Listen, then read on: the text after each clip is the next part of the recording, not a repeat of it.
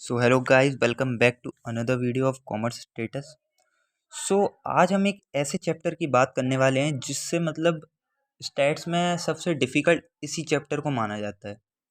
But मेरे according ये chapter एक अगर आपको इसकी कॉन्सेप्ट क्लियर है तो सबसे इजी चैप्टर यही होगा। तो चलिए शुरू करते हैं थ्योरेटिकल डिस्ट्रीब्यूशन से। थ्योरेटिकल डिस्ट्रीब्यूशन बोले यहाँ इसको हम बोल सकते हैं प्रोबेबिलिटी डिस्ट्रीब्यूशन। तो थ्योरेटिकल या प्रोबेबिलिटी डिस्ट्रीब्यूशन की बात करें तो ये मेनली तीन प्रकार के होते हैं। और पहला प्रकार होता है बाइनोमियल डिस्ट्रीब्यूशन, सेकंड होता है पॉइजन डिस्ट्रीब्यूशन और थर्ड होता है नॉर्मल डिस्ट्रीब्यूशन। इनमें से सबसे ईजी जो डिस्ट्रीब्यूशन है वो है बाइनोमियल। तो हम सबसे पहले बाइनोमियल से स्टार्ट करते हैं। तो बाइनोमियल डिस्ट्रीब्यूशन की अगर मैं आपसे बात करूं तो सिंपल सा ये है। देखो, प्रोबेबिलिटी चैप्टर जो हमने पढ़ा है उसमें हम उसमें पढ़ते हैं कि या coin is tossed 1 time, 2 time, 3 time. तो ये काफ़ी इजी होता है फाइंड करना कि आउटकम कौन सा कब निकलेगा। ये काफ़ी नॉर्मल प्रोसेस है। बट अगर हमसे ये पूछ लिया गया कि या coin is tossed 10 to 15 times, then what is the probability of getting 7 heads. तो इसमें हमें थोड़ी सी प्रॉब्लम होगी। तो इसी चीज़ में हमें हेल्प करता है बाइनोमियल डिस्ट्रीब्यूशन। अब बाइनोमियल डिस्ट्रीब्यूशन में क्या होता है, जो नंबर ऑफ ट्रायल्स होते हैं वो लार्ज होते हैं बट फाइनाइट होते हैं। इस वर्ड को बहुत ध्यान से सुनना, इसको एक जगह पे लिख भी लो। पहला point, number of trials are too large but finite.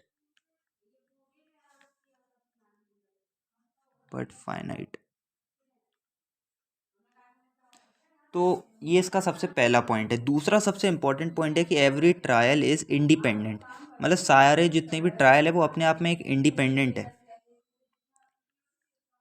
ये कुछ इंपॉर्टेंट चीज़ें जो आपको मतलब बाइनोमियल अगर आप पढ़ रहे हो डिस्ट्रीब्यूशन तो आपको पता होनी चाहिए। ये इसी से आपको मतलब क्वेश्चन में हेल्प होगी कि इसमें बाइनोमियल डिस्ट्रीब्यूशन है, पॉइजन है, नॉर्मल है।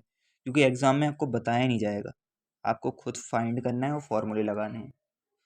तीसरा जो इसमें इंपॉर्टेंट पॉइंट है कि जो इवेंट्स होते हैं वो म्यूचुअली एक्सक्लूसिव होते हैं। Events are mutually exclusive. अब आपके मन में एक सवाल आया होगा कि ये म्यूचुअली एक्सक्लूसिव और एग्जॉस्टिक क्या होता है। तो जब भी मतलब अगर कुछ भी कॉमन ना हो दो इवेंट्स के बीच में तो उसको कहते हैं म्यूचुअली एक्सक्लूसिव। और अगर कोई इवेंट अपने आप में अगर कंप्लीट हो तो उसको बोलते हैं एग्जॉस्टिक। ठीक है, आई होप आपको ये क्लियर होगा। अभी धीरे धीरे हम आगे बढ़ेंगे, इसको और डिटेल में समझेंगे। अब बात करते हैं 4 पॉइंट जो इस चैप्टर को समझने के लिए इम्पोर्टेंट है।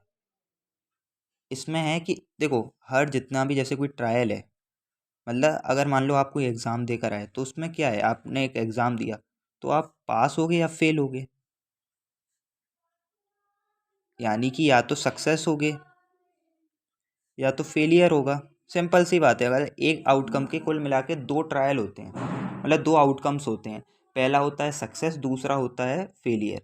अब इसमें सक्सेस को डिनोट करते हैं स्मॉल पी से और फेलियर को डिनोट करते हैं स्मॉल क्यू से।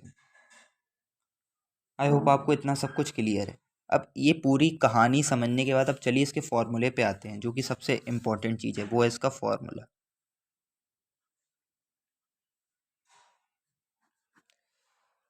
तो इसका फॉर्मूला है NCR, P की पावर R और Q की power N-R।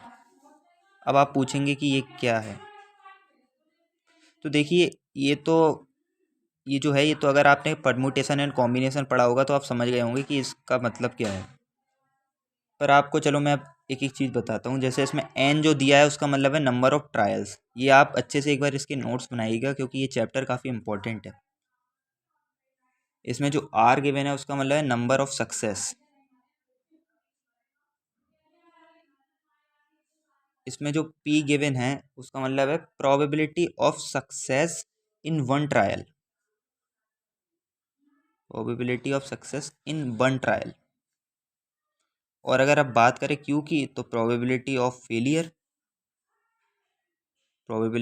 Failure in one trial. तो ये सिंपल सा एक पूरा एक फ्लो चार्ट बना हुआ है बायनोमियल की। बायनोमियल होता क्या है। तो चलिए अभी तक हमने जो भी समझा है उसके बेसिस पे हम एक सम करते हैं। तो इसमें लिखा है coin is tossed 10 time, what is the probability of getting 6 head. तो अब आपको समझना है कि क्या चीज़ है। जैसे कि इसमें एन है, एन मतलब नंबर ऑफ ट्रायल्स, तो नंबर ऑफ ट्रायल्स कितने हैं 10, 10 टाइम्स ही तो टॉस होगा कॉइन, तो एन हो गया 10। इसके बाद बात करते हैं आर की, मतलब सक्सेस हमें देखो कितनी चाहिए, नंबर ऑफ सक्सेस कितनी चाहिए। हाँ तो नंबर ऑफ सक्सेस है आर यानी कि 6, यानी कि हमें 6 हेड चाहिए, तो नंबर ऑफ सक्सेस 6 है। अब बात करते हैं नंबर मतलब पी और क्यू की। तो पी और क्यू जैसे कि हमने पढ़ा है कि number of success in one trial और फेलियर इन वन ट्रायल। तो देखो या तो हेड आएगा पहले ट्रायल में, मतलब एक ट्रायल में या तो हेड आएगा या तो टेल आएगा, मतलब दोनों की प्रोबेबिलिटी सेम है, सक्सेस की भी सेम है फेलियर की भी। तो हम इसको लेंगे हाफ। बस हो गया। बस अब हमें फॉर्मूले में पुट करना है और अपना आंसर लाना है। P6 हेड्स, जैसे कि फॉर्मूला ये रहा NCR, तो N कितना है 10, CR कितना है 6, तो 10C6। इसके बाद अगर आगे देखें तो P की पावर R, तो P कितना है 1/2, वो 1/2 की पावर, क्योंकि इसमें R है तो R नंबर ऑफ सक्सेस कितना है 6 और फेलियर कितना है हाफ, और N-R, N-R मतलब 10 - 6 यानी कि 4। तो 10C6 हाफ की पावर 6 तो कितना हो गया 1/64, और ये हो गया 1/2 की पावर 4 यानी कि 1/16। और अगर आपने कॉम्बिनेशन पढ़ा है तो आपको शायद इसको सॉल्व करना आता होगा 10C6 को, वरना मैं आपको बता देता हूँ। 10 फैक्टोरियल अपॉन में 4 फैक्टोरियल 6 फैक्टोरियल इंटू 1/64 इंटू 1/16। इसके बाद इसको अच्छे से सॉल्व करते हैं।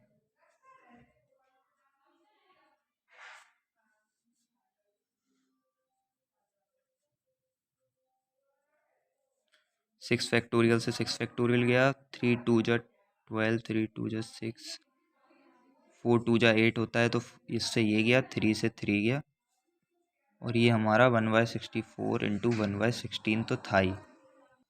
तो इसका आंसर कुछ पॉइंट में आएगा। चलिए कैलकुलेटर में सॉल्व करते हैं। 105 डिवाइडेड बाय 512, तो ये कुछ 0.258 ऐसा कुछ आ रहा है।